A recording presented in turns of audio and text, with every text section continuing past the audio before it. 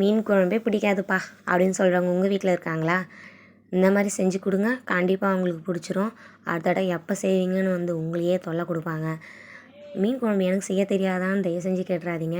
உங்களுக்கு தெரிஞ்ச விஷயமே இருந்தாலும் அதில் சின்ன டிஃப்ரெண்ட்டு கொடுத்தீங்கன்னா அந்த டிஷ்ஷோட டேஸ்ட்டே வந்து வேறு லெவலில் தான் இருக்கும்.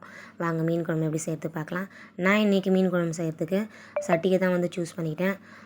இந்த மீன் குழம்புன்னு மட்டும் இல்லை, மோஸ்ட்லி அதிகமாக வந்து எங்கள் வீட்டில் 90% வந்து சட்டியில் தான் செய்வோம். சாப்பாடு, குழம்பு எல்லாமே வந்து சட்டியில் தான் செய்வோம். அதேமாதிரி ஆயில் வந்து நீங்கள் கடலெண்ணெயோ நல்லெண்ணெயோ யூஸ் பண்ணிங்கன்னா நல்லாயிருக்கும்.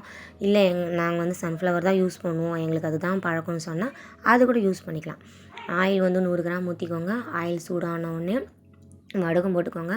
நான் எங்கள் வீட்டில் வடகம் இருக்கிறதால நான் போடுறேன். சப்போஸ் உங்கள்கிட்ட இல்லைன்னா கடுகு கூட போட்டுக்கலாம். வடகம் வந்து ஆப்ஷனல் தான். அதுக்கப்புறம் வந்து கொஞ்சம் வெந்தயம் போட்டுக்கோங்க, கொஞ்சம் சீரகம் போட்டுக்கோங்க. அடுத்தது ஒரு கொத்து கருவேப்பிலை போட்டுக்கோங்க. கருவேப்பிலை தெரிச்சோடனே வந்து கேமராமேன் ஓடிட்டார், சாரி. அடுத்தது ஒரு 3 மீடியம் சைஸில் வெங்காயம் கட் பண்ணி வச்சுருந்தேன். அடுத்தது வெங்காயம் போட்டுக்கோங்க. வெங்காயம் நல்லா வதக்க ஆரம்பிங்க. வெங்காயம் வதக்கிட்டே இருக்கும்போது ஒரு சின்ன துண்டு இஞ்சி, ஒரு 6 பல் பூண்டு வந்து நான் வந்து நசுக்கி வச்சுருந்தேன். அது ஒன்றுதும் பாதையும் சொல்லுவாங்களே, அந்த மாதிரி நசுக்கி வச்சுருக்கேன். அதையும் சேர்த்துக்கோங்க. அதுவும் சேர்த்து நல்லா வதக்கிட்டே இருங்க. நல்லா கோல்டன் ப்ரௌன் கலரில் வந்துடும். இந்த மாதிரி கலர் சேஞ்ச் ஆன உடனே 3 மீடியம் சைஸ் தக்காளி வந்து நான் கட் பண்ணி வச்சுருந்தேன். அதையும் வந்து சேர்த்துக்கோங்க. தக்காளியும் போட்டு நல்லா வதக்கிட்டே இருங்க. தக்காளி வந்து பழமாக இருந்துச்சுன்னா ரொம்ப நல்லாயிருக்கும். கொஞ்சம் காயாக இருந்துச்சிங்கன்னா வதக்கிறதுக்கு கொஞ்சம் கஷ்டமாக இருக்கும். அப்புறம் வந்து தக்காளி வதங்கினோன்னா உப்பு போட்டுக்கோங்க. உப்பு போட்டு நல்லா கொஞ்சம் சாட்டே பண்ணிகிட்டே இருங்க. அந்த எண்ணெய் பிரிஞ்சு நல்லா தெரிய ஆரம்பித்தோடனே நான் வந்து ஒரு 50 கிராம் வந்து புளி வந்து கரைச்சி வச்சுருந்தேன். அது கூட வந்து மிளகாத்தூள்னால் சாதாரணமாக நம்ம வீட்டில் இருக்கிற குழம்பு மிளகாத்தூளே ஒரு 4 ஸ்பூன் போட்டுக்கிட்டேன் நான்.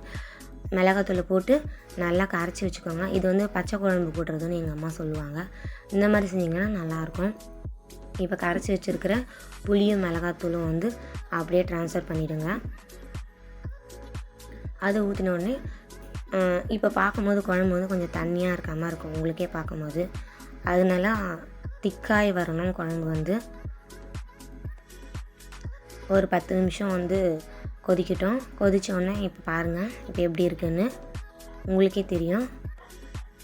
அடுத்தது நல்லா குழம்பு திக்காய் வரும்போது நான் வந்து க்ளீன் பண்ணி வச்சுருக்கிறேன் மீனை வந்து போட ஆரம்பிச்சிட்டேன். உங்களுக்கு தேவையான அளவு அந்த தலை பீஸை வந்து மீன் போட்டிங்கன்னா ரொம்பவே நல்லாயிருக்கும். மீன் போட்டு ஒரு 5 நிமிஷம் இருக்கட்டும்.